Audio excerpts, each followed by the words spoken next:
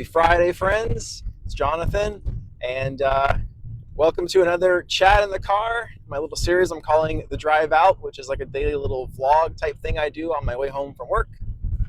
Fridays are nice because they're only a half day, and I'm getting more confident as I make these videos, and I'm tweaking things here and there, and I'm changing things because that's kind of part of the fun of doing something like this as creative. You can kind of switch it up every now and then. So I want to keep doing the series, but I don't want it to become like a job or a chore. And I kind of felt like the spark of the creativity was being lost in my previous video. I did it anyway because that's my rule is I'm just going to go and do the thing no matter what. Because even if I don't feel like it, it's still worth the effort to do it, just to get it done and to say, hey, I did the thing despite the fact that I wasn't in the mood for it. And that's what I'm encouraging you to do as well. I don't want to be a hypocrite. I want to live my life in the way that I'm suggesting that you do. And my whole point with this channel is to be sincere in everything I do and to be honest and transparent, because how can I offer advice and wisdom to people if I don't embody it myself? Even if I do it badly at first and I fall and I stumble, I'd rather show who I am and show the mistakes I make and just be real and raw and sincere. And I really do think that's the best way to live your life, is to not be afraid to fumble and to do the thing anyway. Because when you do the thing anyway, you remind yourself that you're capable of more than you think. And despite the fact that yesterday I wasn't feeling the vibe when I was doing the video, I did it, and there were still nuggets of wisdom that I was able to share. And I felt good knowing that I did something, that I might have made a little difference in someone's life. I posted a couple shorts. I got a couple likes. Someone said, hey, thank you. That is what it's all about. It's not about being perfect. It's about, actually, I think it's the opposite. I think it's about being imperfect. It's about being sincere and true to you and aligning your values and your highest aim and revealing them to the world, despite the fact that being vulnerable can be dangerous at times because people can crap on you or bring you down or whatever, right? But the more you do that, the more you put yourself out there and the more you get the criticism from people, the more you realize that the only opinion that truly matters is the one within. It's your opinion of yourself, because nobody has the full picture of your life more than you. And therefore, you have to decide who you are. It's your opinion of yourself that you have to uphold to the highest, because you have a responsibility to yourself. And if you don't put yourself out there in the best way that you can, despite the fact that you can be hurt, you're limiting your ability to change the world. And the world is what we make of it. So you got to put yourself out there, despite the fact that it's uncomfortable sometimes and you don't feel like it. Just show up 100%. You decide how you interpret the moment. No matter how shitty you're feeling, you decide if you're going to be the hero. The hero does the shitty, hard thing when they're not feeling it. When it's not called for, but they still show up anyway. And that's what makes the difference between the ordinary person and the person who's trying to live a more fulfilling life. Show up for you, show up for the world.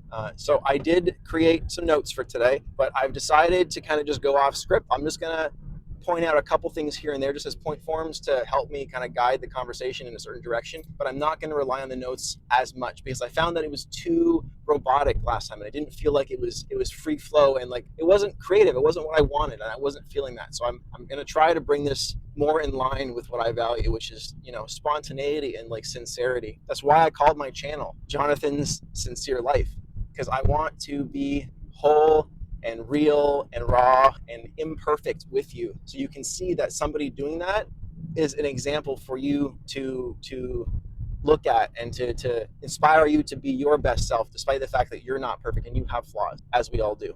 So I hope my mess ups and my mistakes are actually the thing that cause you to be greater, not the perfection and the and the facade that you might see once in a while, just from little clips here and there. I'm a person just like you, just like anybody else, and I'm just doing my best. That's the difference. I'm just doing my best, and I'm not afraid to show when I fall down and I stumble. And I hope that you'll embody that for yourself as well in your life. So getting on with it, we're on day 9 of the drive out, my little series here. Today I titled the conversation "The Power of Leverage." The idea is leverage is maximized output from minimized input. So you want to basically squeeze the most out of that sponge of whatever you're trying to do that you can. You want to, it goes back to that saying of work smarter, not harder, right? So changing your life takes one small step each day. And what you want to do is with that little step, you want to make sure it's it's one step in the staircase that will get you the most height and distance in the shortest amount of time. So even though you're only doing a 1% change every day, you want to maximize what you're doing with that one little step every day. So you want to cut out the fat. And that's what I was talking about before with the 80-20 rule. 80% of the things you do are not necessary, and they actually detract from your life and your higher aims and your goals. So you want to figure out the 20% of things that you are doing that are in alignment with your higher aim, and you want to make those more than just 20%. You want to make those the focus and the focal, and they will give you even more output, and they will maximize that step you take every day, that 1%. And then maybe that 1% won't be 1%. Maybe it'll be more like 5% or 10%, right? It doesn't happen every day, but when you can do that, it feels good because you put everything on the line, you did it, and you really pushed for it, and it bore fruit. Like it was the real thing, right? So yeah, I think it's a cool concept. So anyway, the power of leverage. This can apply to like anything. It can apply to finance. It can apply to physical fitness, right? Say you see people like running in your neighborhood, like down the road every morning or whatever. You're like, oh, that looks fun. Or maybe you make fun of them because you think that you could never do it, and so whenever you see someone doing it, you think it's stupid because you kind of see yourself and what you're missing in them. There's a piece of you in them that hasn't been fulfilled, and it's incumbent upon us to notice those little things. That's what the shadow is. The shadow is the things that you repress, that you're uncomfortable about with yourself. And to uncover them can be uncomfortable, but just like any other skill in life, you can actually get better at doing. It's called shadow work. At doing shadow work, at getting better at recognizing the darker parts of yourself, the parts that you're not comfortable with, that you push down. And those things usually come up. I find in my life, they come up at quote unquote the worst time, but really that's the only time they're going to come up, is the worst time, because they are what defines the worst times as the worst times. In most cases, you have a good time when your mind is not freaked out by something, when things are streamlined and they're smooth and there's a ramp, right? When things are rough, there's turbulence, there's chaos, there's things that are unraveling in front of you in your life. And oftentimes that's a reflection of our inner selves. It's not the external. You have your five senses. You experience the world in real time, always in the present moment. It's always now. And as you go through the different nows and the different present moments of your life, as that reel is unfolding right in front of you every moment, it's only certain things that will trigger something inside of you, right? So I think it's in Buddhism, they call this like sanskaras. So it's like these little wounds or these scars that you've got that and these wounds that reopen, and they have a scab, and the scab gets peeled off whenever you encounter something that triggers that moment from your past that you never dealt with. And that's what the shadow is about, is finding those dark parts of yourself that you've pushed down, that you haven't processed, and you haven't forgiven yourself for, and you haven't let go of. And they weigh you down, and they make you heavy, and they prevent you from aiming higher, because you can't be tethered up towards the light if you're weighed down by darkness. And again, I know this is like random tangents and rants, but they're all in the same vein of improving yourself for a higher aim for you, and therefore for the world. That is my main message. It's taken me some time to kind of articulate where I want to go with this channel. My main message to the world is, if you change yourself and you're always aiming up intentionally and consciously, and you're doing the work on yourself, you can literally become a hero in your life. You can be the hero of your story, of your movie, and people notice it. I've begun to see that people notice that I'm larger than life. It's such a cool thing to see, and it's not for my own aggrandizement. It's not for my own ego. It's for the fact that like I'm outpouring this love and sincerity without needing a justification from other people, because I've decided that all I need is my own opinion and my own sense of value in myself. And by doing so, there's nothing in the world that can bring me down, because the pedestal that I'm on is one that was constructed through determination and grit and self-confidence that I built up over time. I had to let the scars build up, and I stood on top of the scars, and I realized that I can rise above the pain that I've been through.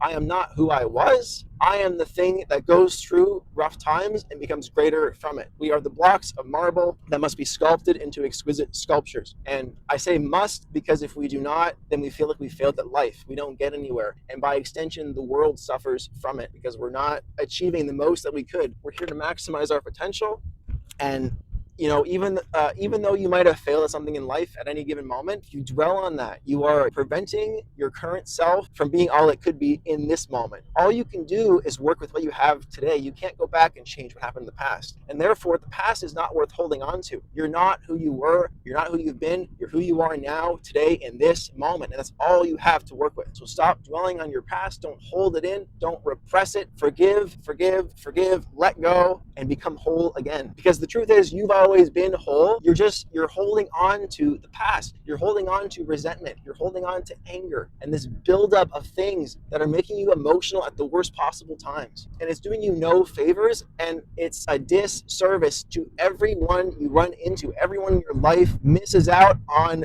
their own opportunity to be better, because every negative thing you do impacts people around you like a wave or a ripple in the water. It's not just about you. Everything you do has weight to it. Everything you do, every little thing you do. You make a snide remark at your coworker. That coworker goes and says something else to their partner or their friend or their sibling, and suddenly you've made their life hell, and you've made their significant other hell, like their life hell.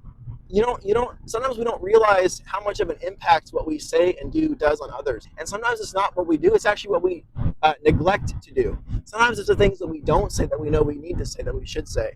So I would just encourage you to pay attention to what you're saying to people, to what you're doing, the actions you're taking. You have a choice every day to frame your outlook on life, and to frame life as such in the way that you want it to be. If you decide not to aim at anything, you are aiming down. You are failing to bear your responsibility to be a member of the human species, and you're failing to participate in the unraveling and the unfolding of the magnificence that is our combined consciousness. So again, today's topic is the power of leverage. My point here is, you want to maximize the small things you do, the little systems you build in your life day to day, that you're going to stack up, and then you're going to climb that staircase or ladder in order to get to the thing you want. And it's because you want to maximize the leverage you have. You can only take so big of a step every day.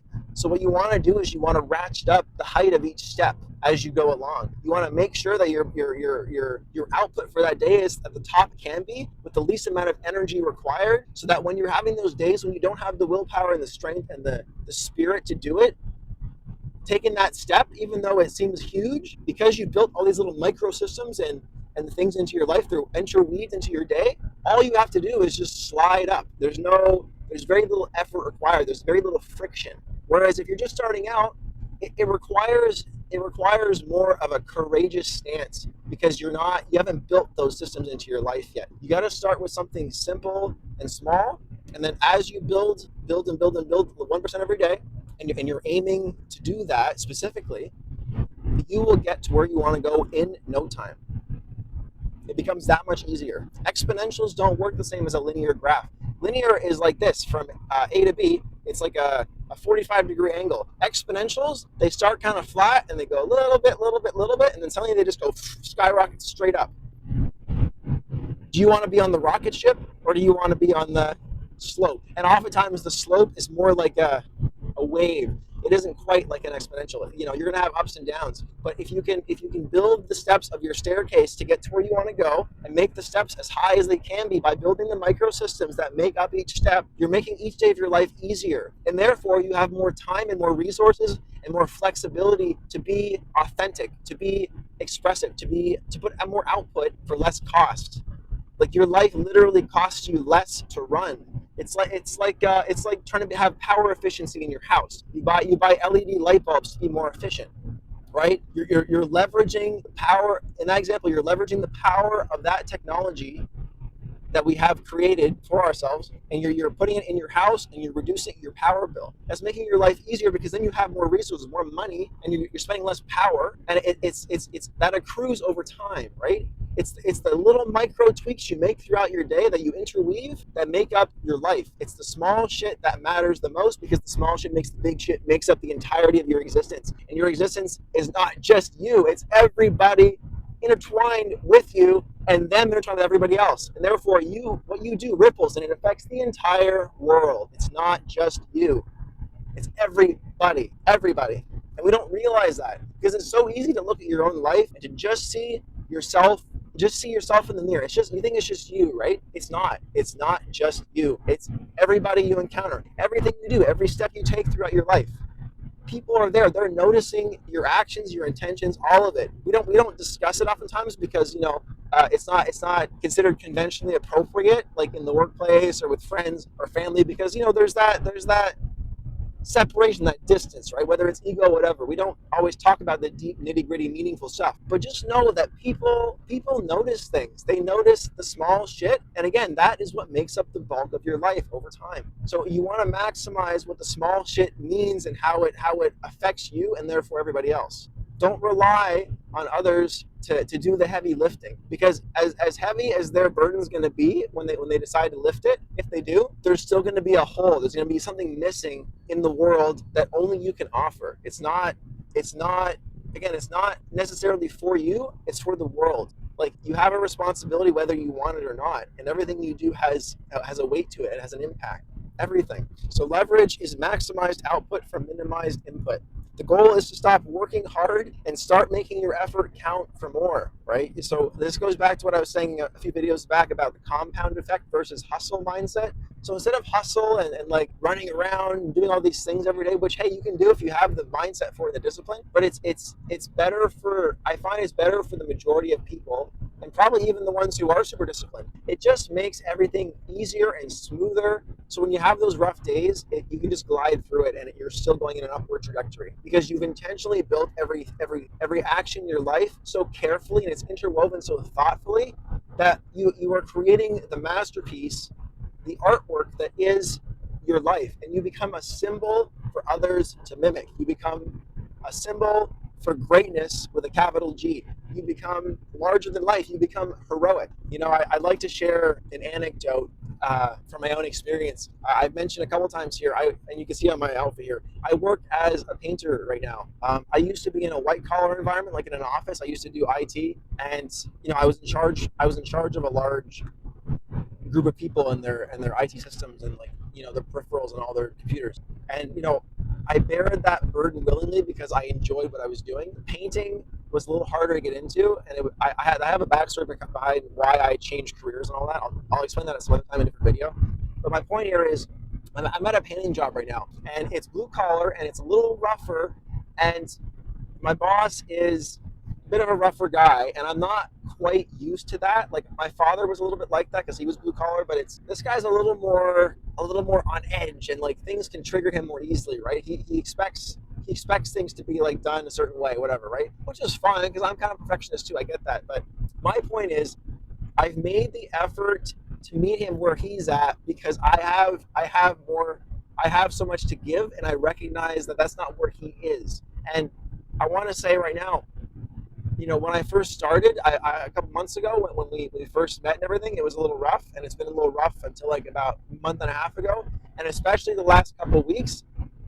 Whenever we have a moment to interact, I make it my mission to point out that I'm willing to do what it takes to make the difference. Whether that's with the painting in the moment we're doing, whether that's just showing that I understand and I give a shit about what he has to say, even if it's like small talk. I notice the interaction. I notice the way he looks at me. I notice the way he doesn't look at me. Sometimes he'll avert his eyes because he's a little nervous, right? Because my confidence exudes. I wasn't always like that. I wasn't always so confident and courageous, but I built those steps like I've been talking about. I built the steps. I climbed the staircase that I built, and now I can stand tall and proud and say, hey, let me give you a hand. Let me give you a leg up. Like, you're not forgotten. You're not alone. And a lot of people get intimidated by it. A lot of people think I'm here to like show off and be like egotistical. I'm not. I'm really not. Like, you might have experienced it in your own life maybe. You exude confidence. People are insecure about where they stand, right? And that was kind of what I had to deal with here with this guy.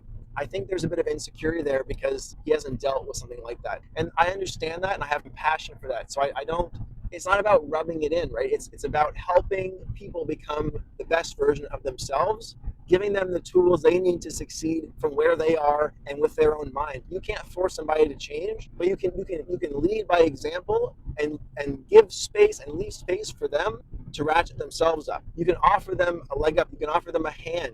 The things you say are the keys to someone else's success.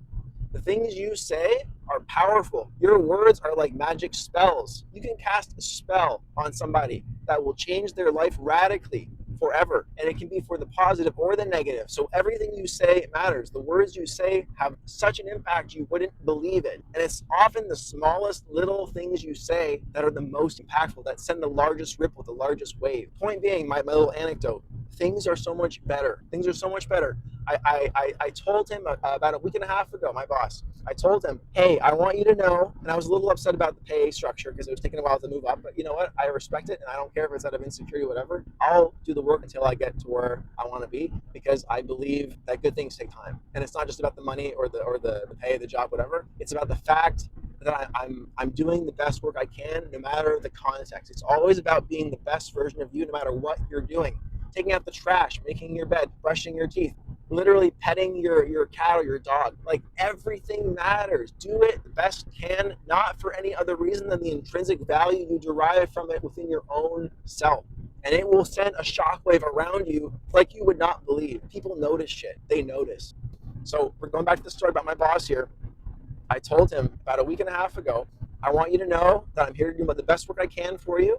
I'm here to make the effort I do the most worthwhile. I'm going to keep showing up. I'm going to do what I have to do to succeed and to make life easier for you. And I want you to know that if there's any other responsibilities that I can take on that would make your life easier or our teammates' life easier or our company's life easier, I will take on what you throw at me. And I will face any challenge you throw at me. And I'm here to make the difference. I told him this, not in the same words exactly, but paraphrasing, similar words. And then the look he gave me was like, wow, really, that's quite something. Like, and it took to break that ice there because we didn't talk much before that, and it was uncomfortable, and I could tell he was a little grumpy and insecure. Before I broached that topic, and I approached him during the break, my heart was racing because I knew I had something to say, and I knew if I didn't say it, I would regret it. And I knew it was the time to be courageous and confident and put myself out there and just take a leap of faith, because I knew it could end up poorly if he was in a bad mood or had a bad day, or what I said wasn't worded correctly, right?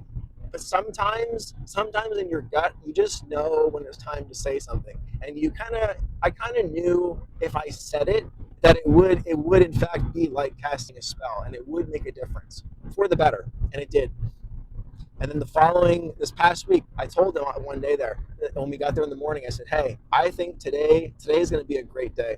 And the moment I said it, an hour later goes by. He comes by, great mood, happy, everything's wonderful. And now, like, our relationship is still a little distant because he has to feel like he's in charge, whatever. There's more to it now. There's some depth there, and I think he understands. He recognizes that I kind of see where he's coming from, and I'm not here to outdo him. I'm here to do the best I can for its own sake. And people notice the shit like that. People notice when you're showing up and you're in a good mood and you're there for the joy of living, not for some expected pay or outcome. Yeah, the only outcome I want really in life is for the people around me to live better lives than they've lived. If I can leave everywhere I go a little bit better than how it was, I've done my duty, and I've filled my responsibility as a person, as a human among humans, as a member of my society, of my tribe, of my culture, and therefore, again, of the world. And I would encourage you to take this to heart for your own life. Like, you got to decide you're worth the effort. You got to decide that you have something to say, and there's truths that you have to say and articulate in your own words that only you can articulate in such a way. And they're literally the keys to your success. They're the keys that unlock the doors of your life, for a better outcome. I like to think that everybody's been in a situation where they know they kind of have the words and they can say them in the right way, where if they just said the thing, as uncomfortable as it was, it would unlock a door. Like I've had moments in my life where I didn't act on that impulse, on my gut saying, hey, like, say the thing, right? I'm sure you've had this too. I'm sure of it. I've never, I've mentioned this to friends. I've never had a friend or a person I brought this up to, or I broke this topic with, who has not experienced this at least once in their life. And I would venture to guess that you're the same way. If you're anyway like that, seriously, like leave a comment. Let me know, please. I want to know what this conversation kind of brings up in you. Like, where are you at? Where are you coming from? How do you feel about your own life, yourself? Like, you feel like you've let yourself down? Do you feel like you're moving up in a positive direction? Do you feel like good things are happening? Do you feel like you're making a difference for people? Like, it's this is the stuff that's worth talking about, and I really want to have these conversations. I think there's nothing more important than to lift up others so that we can lift up, well, so we can rise together and become the best possible version of humanity that we can be. Like, truly an act of love for its own sake. Love to love. Sounds so cheesy, but like really, it's like it's definitionally what makes a life meaningful is to just outpour love with no expectation of a return on investment. Don't look at it as an investment, just look at it as a responsibility you have to the world, right? People aren't always going to respond in ways that are nice. Maybe they're going to be a little nasty, and maybe that's from their own insecurity, or they don't understand where you're coming from. But just stick with it. Even when it doesn't make sense to, just stick with it. Hold out hope. Have some faith that things will work out for the better if you act with sincerity and in a positive direction. Be the difference you want to see in the world, right? That's a common thing people say. It's a quote, I'm pretty sure. Be the difference you want to see in the world, and the world will make up that difference given sufficient time and effort. Wear your heart on your sleeve. Be open and sincere. Despite the fact that you're vulnerable and you can be attacked, you get stronger by fending off the attack, by pushing through the uncomfortable moments, the pain anyway. And that is another part of what will give you leverage in your life to be even greater, even better, even more of a heroic figure in your life and the life of those around you. So there's two types of leverage. I'm reading from my notes again. There's two types of leverage. There's time leverage. So that's like the buyback. So you can use systems to make your life more efficient. So like in finance, for example, right? So if you have money in the bank, it's sitting there. Well, because inflation occurs where the money supply grows, that means each dollar you have is worth less and less and less every year as you hold it in the bank. So what you could do to maximize the amount of money you have over time as inflation increases, and therefore your money's value decreases, you put your money in a vehicle like an investment where it will compound and grow and match or hopefully exceed the rate of inflation, therefore actually making you passive income as time goes on. So this is an example of leveraging, right? You're ratcheting up what you have to maximize the future output of what it will produce for you.